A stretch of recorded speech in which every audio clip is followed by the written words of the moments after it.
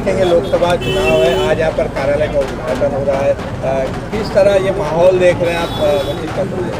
निश्चित तौर पे महाराष्ट्र की राजनीति में एक बहुत बड़ा बदलाव है और जिस तरह से हमारे मुंबई के अध्यक्ष अबुल हसन साहब है, इनको इस लोकसभा की जो उम्मीदवारी मिली है, आज सुबह से करीबन ये 9वां ऑफिस का उद्घाटन है। आज शक्ति नगर में जो इतने सालों से, जो वर्षों से जो सांसदों ने काम नहीं किया, जो बेरोजगारी को लेकर हो कि घर को लेकर हो, जो समस्या आज भी वैसी ही है, तो निश्चित तौर पे अबुल हसन साहब एक नया उम्मीदवार बोल के इस सारी समस्याओं को हल जरूर निकालेंगे। सर एक और बात है, किसी दल ने किसी मुस्लिम कैंडिडेट को बहुत लोगों ने किसी को दिया नहीं है, जहाँ यहाँ पर मौका मिला, मौका दिया गया है, क्या क्या कहेंगे? निश्चित तौर पे जो लोगों ने आज तक मुस्लिम मतों के भरोसे जो राजनीति की है, उसका फ़ायदा किया है, फिर वो कांग्रेस हो, राष्ट्रवादी हो, जिन्होंने सिर्फ वोट की राजनीति की है। हमारे श्रद्धेय नेता बाला साहब अम्बेडकर, इनका विज़न मुस्लिम को लेकर बहुत क्लियर था।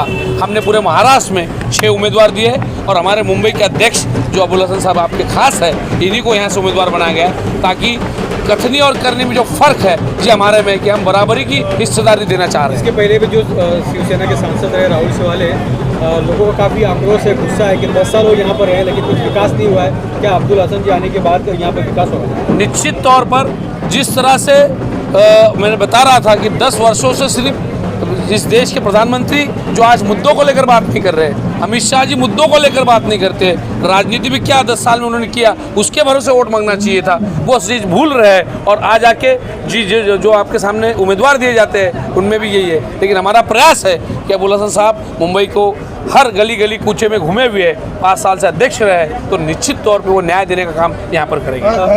घर के बारे में बहुत बड़ा दिक्कत है, लोगों के तकलीफें हैं, घर को लेकर जो लोगों के घर उजड़े जा रहे हैं, लोगों को बेघर किया जा रहा है, बिल्डरों के माध्यम से हो या रेलवे लागत झोपड़पट्टियाँ हो, उसके बारे में कोई बात नहीं करता है, बेकार की बातें चल रही है, ऐसा लोगों का कहना है। आप सभी के माध्यम से आप जानते होंगे कि ये लड़ाई हमने शुरू की थी।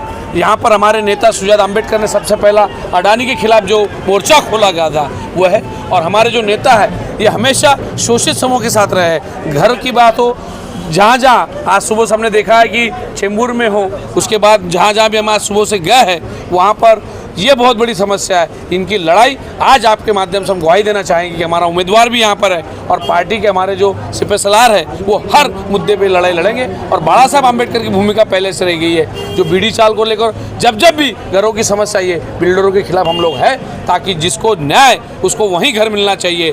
बिल्डर चाहे कितना भी बड़ा हो, सामान्य आदमी का जो घर है उसका सपना वही पूरा हम करेंगे। वंचित बहुजन आघाड़ी का अगर शिवसेना के साथ गठबंधन होता तो कितना फायदा होता और नहीं होने की वजह से कितना उनका नुकसान? जी निश्चित ही आज उस पर बात करके तो कोई मतलब ही नहीं है, बिकॉज जिस तरह से वोट की राजनीति उन्होंने की है, आज शिवसेना, कांग्रेस और राष्ट्रवादी बम्बई में है नहीं, लेकिन कांग्रेस की जनता सेना के उम्मीदवार को वोट करना नहीं चाहती और शिवसेना के लोग कांग्रेस को वोट करना नहीं चाहते। ये आपके सामने भली भांति चित्र है। हम एक पर्याय लेकर आए हैं और कहीं ना कहीं इस वंचित समूह के साथ बड़े पैमाने पे महाराष्ट्र की जनता इस बार वोट करेंगी।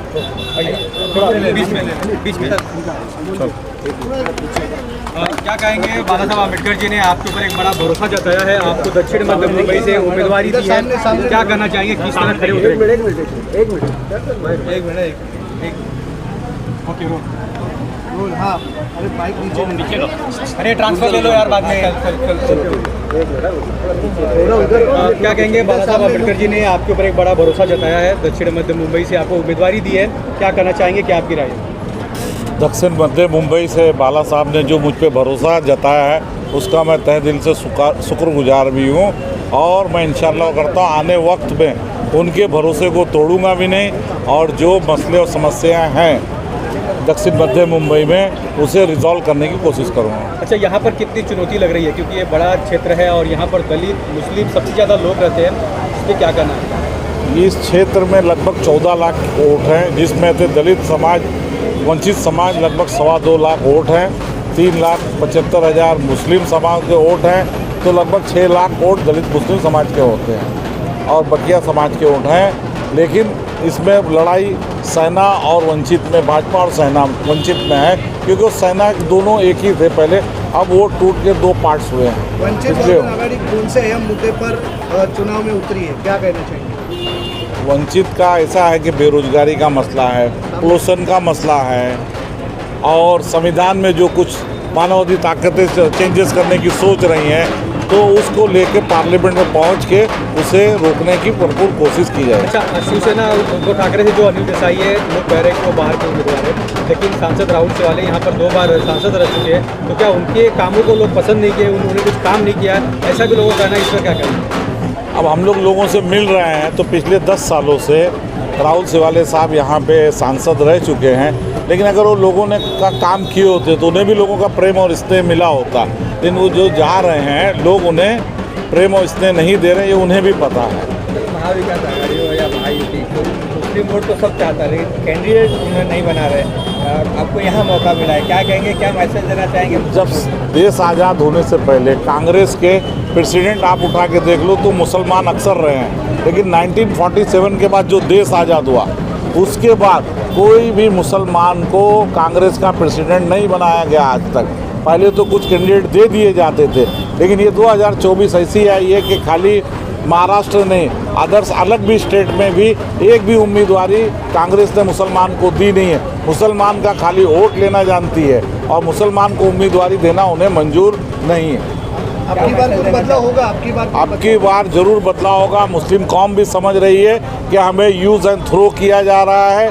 अब वो अच्छी तरह समझ रहे हैं कि अब जब हमारा आदमी खड़ा होता है तो उनको उम्मीदवारी नहीं दी जाती, वो इंटरेस्टेड भी होता है, पक्ष में काम भी करते हैं तो लोग नहीं दिया जाता है। ओके, इसके लिए अब की हो इंशाल्लाह बदलाव जरूर आएगा। ओके, चलिए भाई, आप यहाँ के नेता हो और हमारी पार्टी की शान भी है। आज कार्यालय ओपनिंग हुआ, कितना इस क्षेत्र में इसका फायदा होगा और किस तरह आप लोगों के बीच में जा रहे हैं अपने कैंडिडेट को लेकर? देखो, कार्यालय ओपनिंग एक कार्यकर्ताओं में एक माहौल बन जाता है, मोटिवेशन का, उनका मॉरल बढ़ता है। और हमारी कोशिश यही रहेगी, आप जैसे हमारा एक प्रॉब्लम है, मतलब हमको चुनाव चिन्ह देर से मिला है, हम एक रजिस्टर्ड पार्टी है, इसके वजह से देर हुई। इसके पहले हमने हमारे उम्मीदवार का चेहरा पूरे चुनाव क्षेत्र में घुमाया है और चुनाव चिन्ह मिलने के बाद आप कल से देखते रहेंगे कि हमारे कार्यकर्ता गली गली घूम रहे, घरों घरों में जा रहे, पर्ची बांट रहे, लोगों से मिल रहे। और कल से हम लोग एक अच्छी लेवल पे पहुंचने की कोशिश कर रहे हैं कि आप देखोगे चीता कैंप में हमारी काफ़ी मीटिंग हुई है।